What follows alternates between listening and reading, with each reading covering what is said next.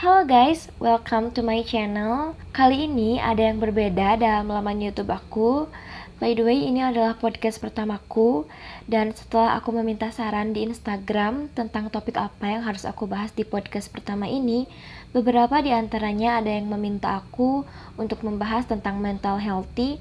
Dan akhirnya aku memutuskan untuk membahas masalah mentally ill or mental illness. Di sini aku akan bagikan kepada kalian beberapa gambar yang bisa kalian lihat sebagai booster atau juga statement yang masih berkaitan dengan topik ini. Tapi mungkin ini bukan jadinya podcast ya, tapi kayak random talk gitu. Oke, firstly aku akan kasih tahu untuk kalian yang belum mendengar sama sekali tentang mental illness. Jadi, mental illness adalah kumpulan penyakit kejiwaan yang mempengaruhi pikiran, perasaan, dan perilaku seseorang. Dan yang paling dikhawatirkan, hal ini seringkali menimpa pada usia remaja yang notabene adalah mereka yang masih kebingungan dalam menyikapi dirinya sendiri dan identik dengan sifat yang labil, sehingga agak sulit untuk mengetahui gejala-gejalanya. Para peneliti dari Harvard Medical School menemukan separuh dari kasus gangguan mental dimulai dari usia yang sangat muda, kebanyakan pada usia 14 tahun dan maksimal terjadi biasanya pada 24 tahun. Karena kemunculannya yang sangat dini itu, maka terapi dan penanganannya harus dilakukan sejak awal pula. Dan di antara para penderita itu, mungkin hanya ada beberapa yang memutuskan untuk meminta bantuan agar terlepas dari gangguan mental tersebut. Dan sebagian besar adalah mereka yang merasa lebih baik bungkam atas apa yang mereka rasakan karena mereka tidak berani untuk speak, yang nantinya malah banyak timbul bumerang yang buruk untuk dirinya, seperti anggapan dari seseorang bahwa dirinya itu gila, lalu sanggahan dari pihak keluarga yang mungkin saja tidak terima bahwa anggota keluarganya berkata bahwa sedang ada yang tidak baik-baik saja pada keadaan mental dirinya. Dan banyak juga di antara mereka yang tidak mengetahui bahwa pada dirinya itu sebenarnya sudah mulai ada gejala mental illness. Dan tentunya dengan beda-beda macam gangguan mentalnya, ada beberapa ciri atau gejala yang biasanya terjadi pada seseorang yang mengalami mental illness. Di antaranya, yang pertama, mereka sering sedih dan tidak mempunyai harapan. Yang kedua, munculnya keinginan untuk mengakhiri hidup atau suicide. Yang ketiga, tidak bisa mengendalikan diri sendiri. Yang keempat, sering takut akan sesuatu tanpa alasan. Lalu yang kelima, perubahan pola makan yang drastis. Yang keenam, mood swing atau moodnya itu terkadang-kadang baik dan terkadang-kadang juga bisa tiba-tiba buruk. Yang ketujuh, sering memikirkan segala sesuatu dengan berlebihan atau sering kita dengar dengan overthinking. Yang kedelapan, suka menyakiti diri sendiri atau self-harm. Di sini aku bakal kasih tahu macam-macam gangguan mental yang aku ketahui dan yang biasanya sering menimpa pada usia produktif seperti kita. Yang pertama ada skizofrenia. Skizofrenia adalah sekelompok gangguan psikotik dengan gangguan dasar pada kepribadian.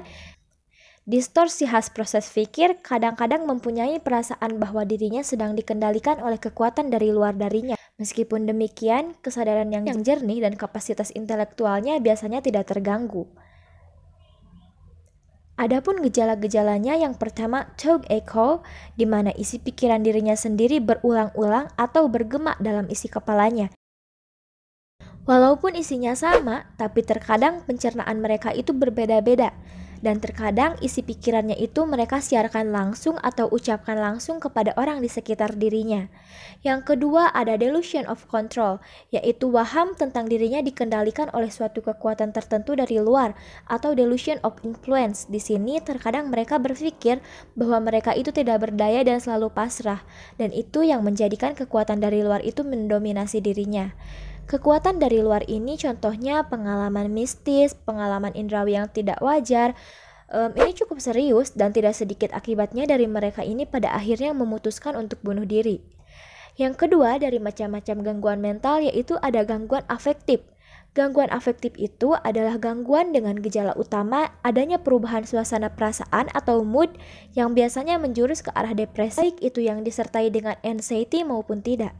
Yang termasuk ke dalam gangguan afektif diantaranya adalah bipolar, siklomatia, dan distimia. Untuk bipolar, gangguan ini memiliki episode berulang, di mana mood atau afek orang yang mengidap bipolar ini tingkat aktivitasnya jelas sangat terganggu. Gejala-gejalanya yang utama yaitu depresi, kehilangan minat dan kegembiraan, berkurangnya energi yang menuju meningkatnya keadaan mudah lelah, dan menurunnya aktivitas.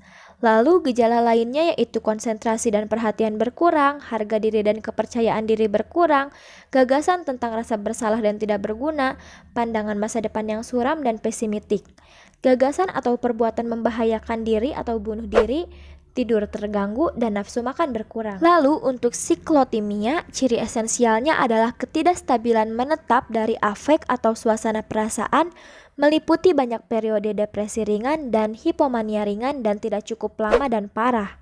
Dan untuk distimia, yaitu afek depresi yang berlangsung cukup lama. Adapun faktor penyebab mental illness menurut Deborah Serani, penulis buku Living with Depression, yaitu yang pertama kecanggihan teknologi, yang kedua pemberitaan berlebihan yang diterima, yang ketiga pandangan orang terhadap mentalitas. Adapun faktor lainnya seperti lingkungan yang di dalamnya didominasi oleh toxic people, kesadaran akan kesehatan mental yang kurang, mempunyai traumatik atau sering dihadapkan dengan masalah-masalah besar, anak broken home, permasalahan yang cukup rumit, tidak ada teman bercerita, lalu pribadi yang mungkin introvert.